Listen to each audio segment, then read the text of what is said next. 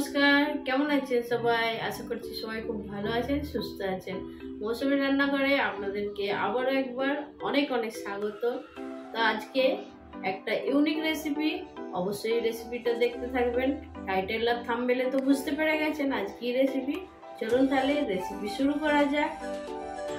পেয়ারা মাখা বানানোর জন্য এইখানে আমি একটা বড় সাইজের পেয়ারা নিয়েছি। পেয়ারাটা এবার কেটে নেব।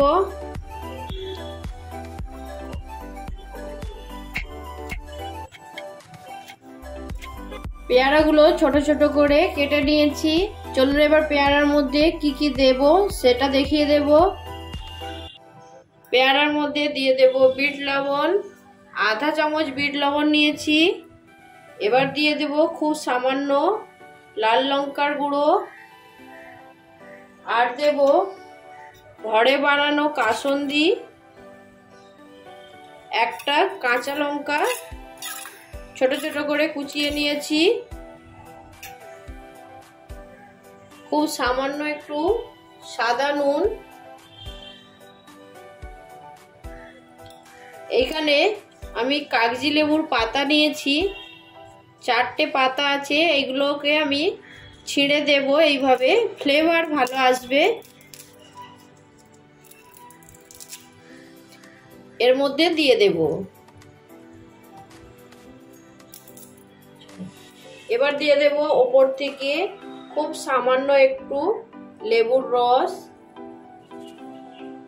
এবার খুব ভালো করে একটা চামচের সাহায্যে মাখিয়ে নেব। খুব সুন্দর করে মাখানো হয়ে গেছে। এবার এইখানে দেব ভাজা জিরে। জিরে ভাজাটা অবশ্যই কিন্তু আপনারা সঙ্গে সঙ্গে ভেজে দেবেন, তাহলে জিরে ভাজার ফ্লেভারটা খুব ভালো হয়, খেতে ভালো লাগবে।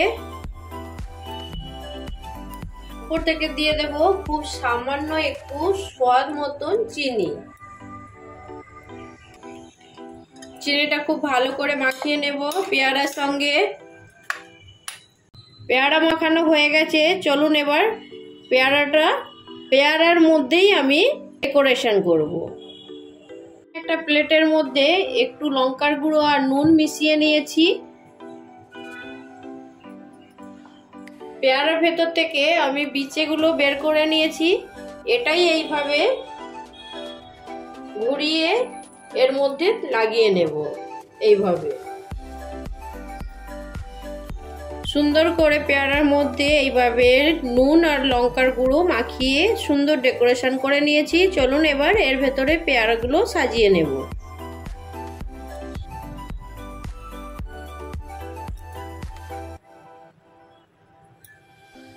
কোনো রান্নার ভিডিও নয়, কিন্তু একটা চটপটা রেসিপি নিয়ে এসেছি, পেয়ারা মাখা। তো আজকের রেসিপিটা আপনাদেরকে কেমন লাগলো কমেন্ট করে জানাবেন। ভালো লাগলে লাইক দিয়ে দেবেন, অবশ্যই আমার পাশে থাকবেন। আর যারা নতুন বন্ধু হয়ে আসবেন আমার চ্যানেলটা সাবস্ক্রাইব করে আমার পাশে থাকবেন।